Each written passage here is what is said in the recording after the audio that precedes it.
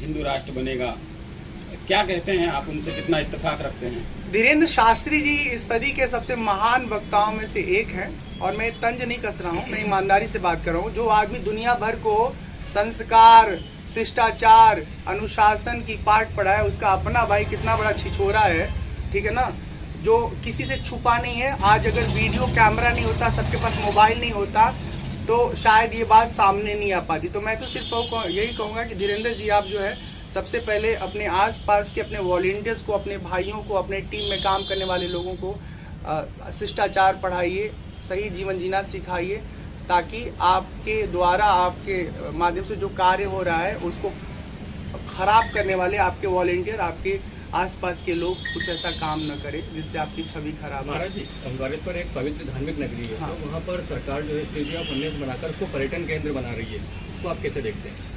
देखिए, ये एक बड़ी विडंबना है कि सरकारें अपने कमाई का साधन तो बना रही हैं, आप उसको पर्यटन नगरी बनाइए, कोई दिक्कत नहीं है, लेकिन जो तीर्थ स्थल की पवित्रता है उस बारे में भी आप सोचिए ना। आप जाके देखिए ओंकारेश्वर में, कहीं भी अपना कैमरा लेकर के जाएंगे, इतना कूड़ा कचरा वहाँ भरा पड़ा है कि देख करके मतलब मन बहुत व्यथित हो जाता है। मैं अभी 2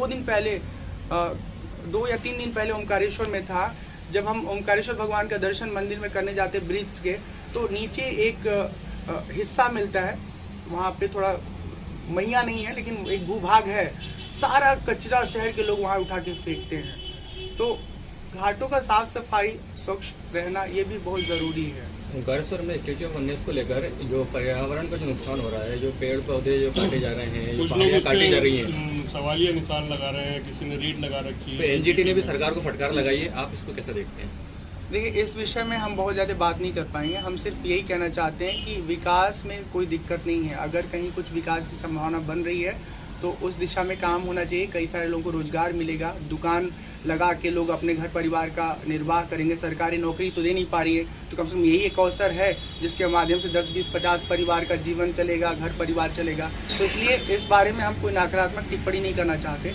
सिर्फ इतना कहना चाहते हैं कि सरकार, जैसे मैं गया था मांडव, एक मिनट, रेवा कुंड कहाँ है वो, रेवा, तो वहाँ नर्मदा मैया का एक कुंड है, वो एकदम गंदा पड़ा हुआ है। जब हम गए थे उसके कुछ महीने पहले मुख्यमंत्री जी भी गए थे। तीर्थ स्थल कचरा बना हुआ है और वहीं जो महल है, राजा का महल वगैरह है, उसका खूब विकास हो रहा है। तो ये जिम्मेदारी बनती, इतने पापड़ बेलने पड़ते हैं, इतने पापड़ बेलने पड़ते हैं, इतनी व्यवस्थाएं करनी पड़ती है। पत्नी की जरूरत, सास की जरूरत, भाई की जरूरत, माँ की जरूरत, बेटे की जरूरत, साले की जरूरत, सरहद की जरूरत, और उसके बाद भी कोई खुश कहाँ रहता है? छोटी सी गलती आपसे हो जाती है, सब मुंह फुला लेते हैं।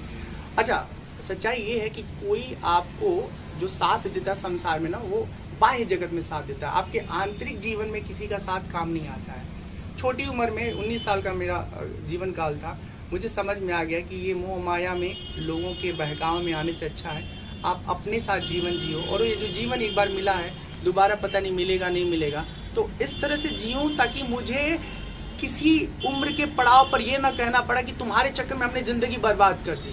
लोग कह देते हैं ना, हंसी मजाक में मैं बोल रहा हूँ, कई बार कहते हैं, पति पत्नी से कहता है तुम्हारे चक्कर में ये हो गया, पापा से कहते हैं आपने मेरी शादी करा के मेरी जिंदगी का ऐसा तैसा कर दिया। कौन कहा था शादी करने के लिए? आप सजेस्ट कर रहे हैं कि सभी संत बन जाएं, बड़ा आसान। नहीं, मैं ये नहीं कह रहा हूँ, मैं सिर्फ ये कह रहा हूँ कि आपका दिल जो कहता है ईमानदारी से वही करिए। दबाव में आकर आप कुछ करेंगे तो आप जीवन में सुख नहीं प्राप्त करेंगे। आपने जो कथाकारों पर कटाक्ष किया है, तो उसमें सनातन धर्म से जुड़ना क्या वो है क्या? आपने कथाकारों पर जो अभी कटाक्ष किया है, हाँ। तो सनातन धर्म का वो भी प्रचार कर रहे हैं वो भी? नहीं, हमने कटाक्ष सिर्फ इस अंश में किया है कि सनातन धर्म के प्रचार करने के बहाने जो अपने शक्ति का प्रदर्शन कर रहे हैं कथावाचक, वो निंदनीय है। आप विशुद्ध रूप से प्रेम भाव से कथा करिए ना, कौन कथा को रोकता है? कौन कथा का विरोध करेगा? कोई नहीं करेगा। लेकिन आप जो शक्ति प्रदर्शन करते हो बिना सोचे समझे, बिना योजना के, हाँ, पूर्व तैयारी के आप भीड़ इकट्ठा कर रहे हो, 1000, 10,000, लाख, 10 लाख, और फिर उनके साथ जो हादसे होते हैं, जो 7-8 लोग मरे हैं, उसका जिम्मेदारी कौन लेगा? हमें तो लगता है कि सारे जो मृत्यु हुए हैं उसके एवज में जो कथावाचक, उसी के ऊपर कार्रवाई होनी चाहिए। सारी जिम्मेदारी उस कथावाचक की जिसके कारण इतनी बड़ी भगदड़ हुई और इतनी जाने गई। लेकिन वो तो 2 मिनट के लिए आएंगे और प्रेम भाव से शांति बना करके कह देंगे कि देखिए हमने तो सबको समझाया था और ऐसा वैसा ऐसा करके। खंडवा जिले के चाय के शौकीनों की पहली पसंद बटेली चाय। अभी जाकर नजदीकी किराना स्टोर से खरीदें। होलसेल के लिए वैशाली किराना पर संपर्क करें।